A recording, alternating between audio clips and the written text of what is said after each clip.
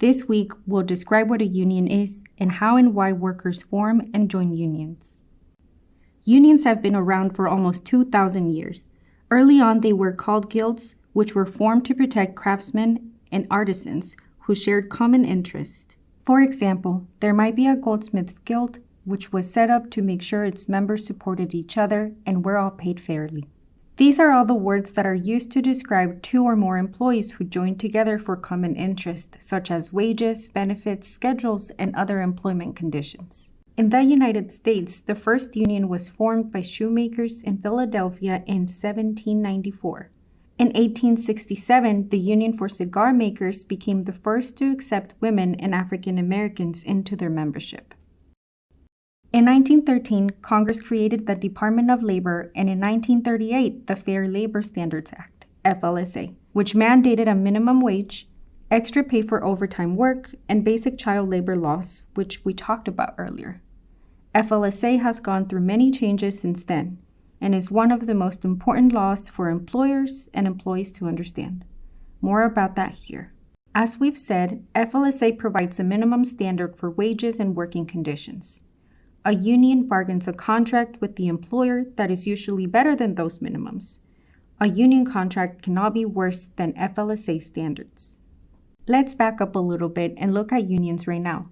Today, there are many different unions that represent all kinds of work and workers. Some of the larger ones that you may have heard about include the Carpenters Union, IBEW for workers in the electrical field, and SEIU, which represents many different kinds of employees, including healthcare workers.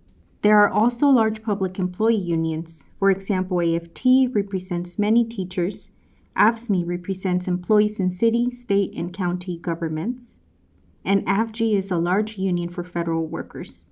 There are literally hundreds of different unions for millions of workers. Unions are divided into two sectors: those for public employers and those for private employers. This is based on who is paying you. Private sector employers, employees, and their unions are covered under the National Labor Relations Act, NLRA, which was passed in 1935 and signed into law by President Franklin Roosevelt. The NLRA is overseen by a board, not surprisingly called the National Labor Relations Board, or NLRB. The NLRB enforces laws around unions in the private sector, including if a group of employees want to form a union. They also make sure that existing labor laws are being followed. Let's consider a scenario to see how this would work. Let's say a group of workers at an inpatient drug and alcohol center decide they want to have a voice at work. They are frustrated by a number of issues, including no holiday pay, wages lower than average, and some supervisors who are heavy-handed and unfair. The employees get together and reach out to a union that represents similar behavioral health workers. We'll call it the ABC Union. The ABC Union holds meetings with the employees and explains the process. First, they need to get a majority of their coworkers to also say they're interested in forming a union. This is typically done by signing an interest card or petition. Over the next 2 months, the employees, with the ABC Union support, talk to everyone at work. They are able to get 72 of the 100 employees to sign a card saying they're interested in having a union.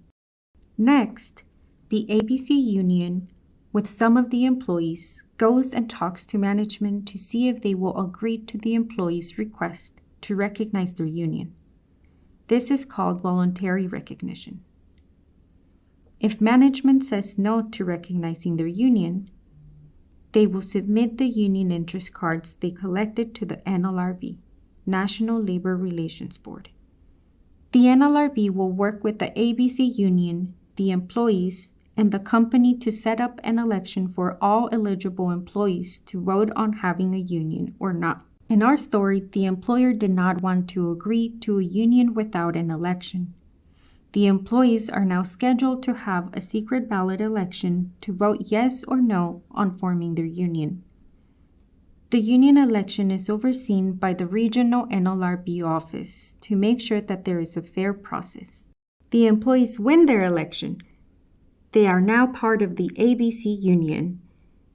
Of the 100 employees who could vote, 65 voted. Of those, 59 voted yes, they wanted a union. It takes a simple majority of those who voted to form a union.